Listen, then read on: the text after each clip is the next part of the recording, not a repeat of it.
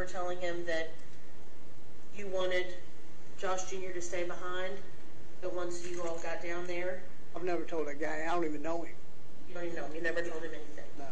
You never told him that Josh Jr. got his swing from his old man? No. I don't know him. You never told him you had... I couldn't pick him out of a lineup. To this day, I've never seen this picture. So you never told him that you and Josh killed Trey together to get even for the abortion? No. I don't know him.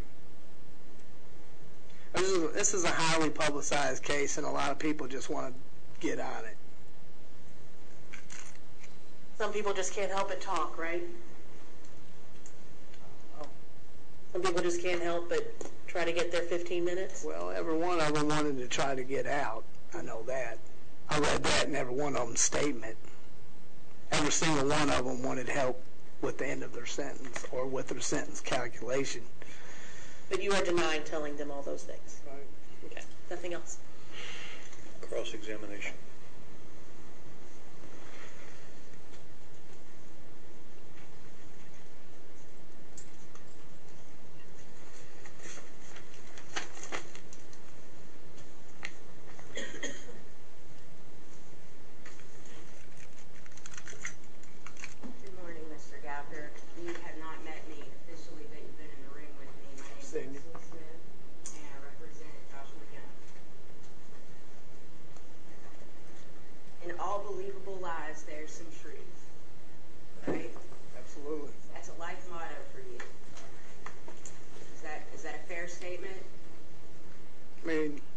It's the truth.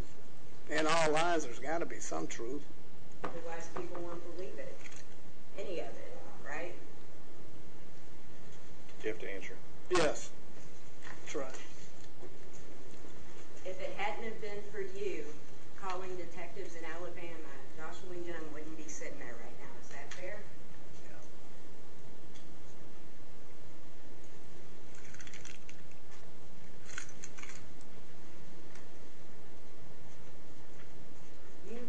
People very easily. Is that fair? Not everybody easily. You find dumber people if you can't control the ones you're working with, right? Makes life easier. I suppose.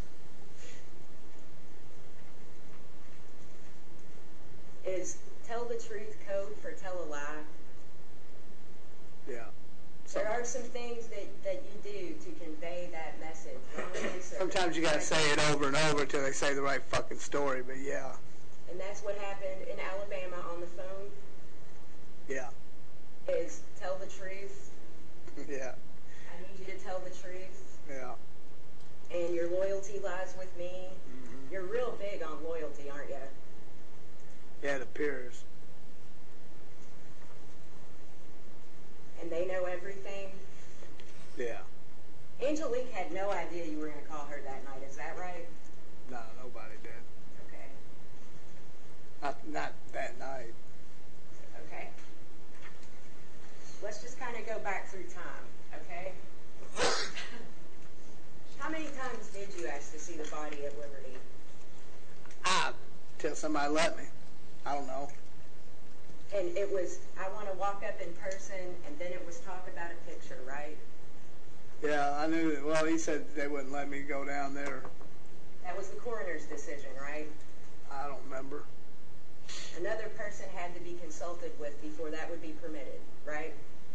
Yeah, him. Okay, and the coroner possibly, right? I don't remember. You don't remember? It's okay. I don't remember. I mean... This was not for purposes of identifying who it was down at the ditch. Actually, right? he's the only one I remember their face being there was him. Okay. Because he said he was the lead detective.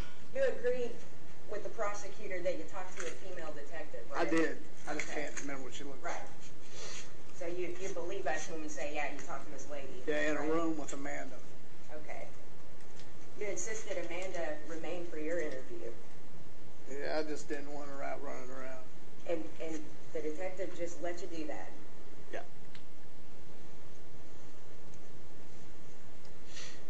Despite the fact the body had been identified, you persisted in trying to see it, right? You watched Terry Zwicker identify the body, right?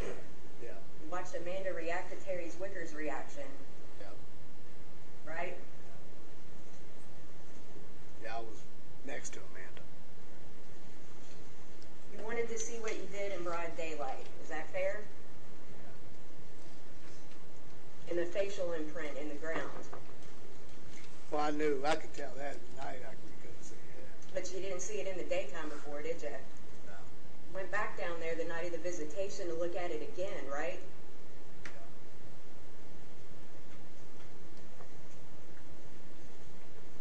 Why you killed Trey may be in dispute, but you killed him, right?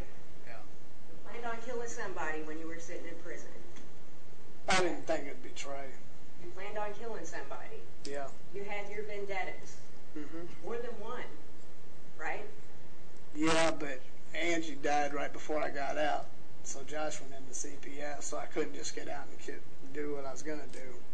I had to jump through a bunch of hoops and shit. Okay. And you did that immediately when you got out. And you duped CPS completely.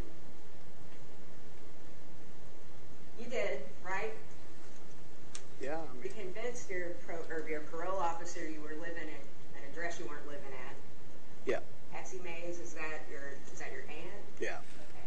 So probation and parole always had her address. always. Well, no, I switched my parole once I felt comfortable that Amanda wasn't a threat Amanda was not a threat. as far as me going back to prison. Okay. So I switched my parole to Gilmore Lane. Gilmore with your home address is 1356 Bend Drive, Right, which is Amanda's. right, Which was your house at that point. right. You stayed at Amanda's when probation and parole thought you were at Patsy Mays. Yeah, then, yeah. Okay. We had split up, got back together, split up, got back together, and then one of them times when we were split up, she said that she was going to call CPS and call my parole officer and all that shit. So I just got my parole moved back to Pat's. That way she couldn't threaten me with that again. If I stayed over at Amanda's, I stayed there, but I could always be legit with Pat. CPS had Amanda's address, right? Yeah, they come out to Amanda's. That was a good front, Amanda's. It That was. looked like a really wholesome family. It did. That helped you get your son back, or get temporary custody back, right? Right. You duped them too.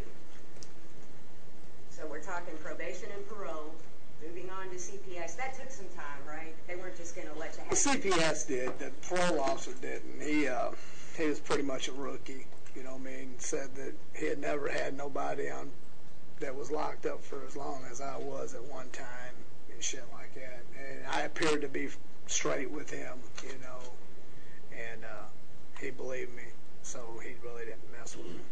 That by definition is duping somebody.